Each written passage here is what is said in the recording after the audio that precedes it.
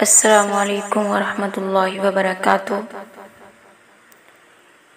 اللہ تعالی ہم سب کو ایمان کی بہترین حالت میں سلامت رکھے، آمین ثم آمین۔ جانتے ہو، جب ہم اللہ سے رو کر بار بار یہ کہتے ہیں کہ اللہ اور کتنا صبر کروں اور کتنا صبر کرنا ہوگا مجھے، تو میری دعا کیوں نہیں سن رہا؟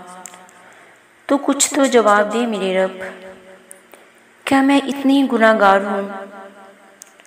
اور جانتے ہو، اس دوران شیطان ہمارے دل میں اتنے وسوسے ڈال دیتا ہے کہ ایسا لگتا ہے کہ ہر جگہ اندھیرا ہے، ہر جگہ نا امیدی، کہ اللہ میرے ہی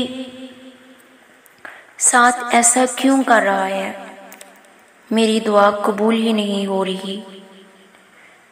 جانتے ہو، یہی ہماری سب سے بڑی غلطی ہے کہ ہم اللہ سے نا امید ہو جاتے ہیں۔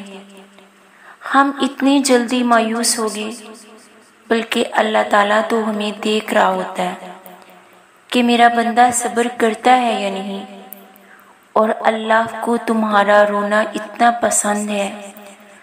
جب تم اس کے سامنے رو کر دعا مانگتے ہو اور تمہیں لگتا ہے کہ اللہ تو میری دعا سن ہی نہیں رہا، بلکہ اللہ نے تو خود قرآن میں فرمایا ہے، اے میرے نبی صلی اللہ علیہ وسلم، میرے بندے اگر تم سے میرے متعلق پوچھیں تو انہیں بتا دو کہ میں ان سے بہت قریب ہوں۔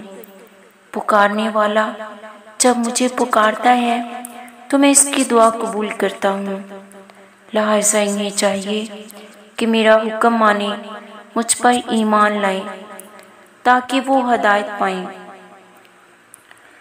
جانتے ہو، قرآن پاک میں اللہ نے صبر کا ورڈ کتنی بار واضح کیا ہے، تو کوئی تو بات ہے نا، جب اللہ تعالیٰ نے اتنی بار قرآن پاک میں مختلف مقامات میں کہہ دیا صبر کرو، بے شک اللہ کا وعدہ سچا ہے، بے شک اللہ صبر کرنے والوں کے ساتھ ہے۔ جو لوگ صبر سے کام لیتے ہیں ان کا ثواب انہیں بے حساب دیا جائے گا۔ صبر اور نماز سے مدد لو۔ تو جب اللہ تعالیٰ نے قرآن پاک میں یہ کہہ دیا تو پھر کیوں پریشان ہوتے ہو؟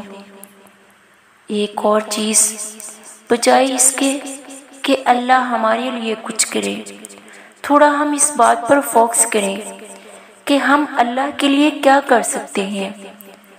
جب ہم اللہ کے لیے نماز پڑھیں گے اور صبر کریں گے تو اللہ خود ہمیں ہمارے صبر کا اجر دے گا اور سب خود ٹھیک ہو جائے گا۔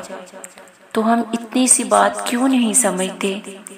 ہم کیوں اتنے بے صبرے ہو گئے ہیں؟